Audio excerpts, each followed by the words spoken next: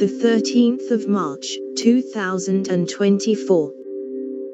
Alaska Airlines flight was scheduled for safety check on day panel blew off.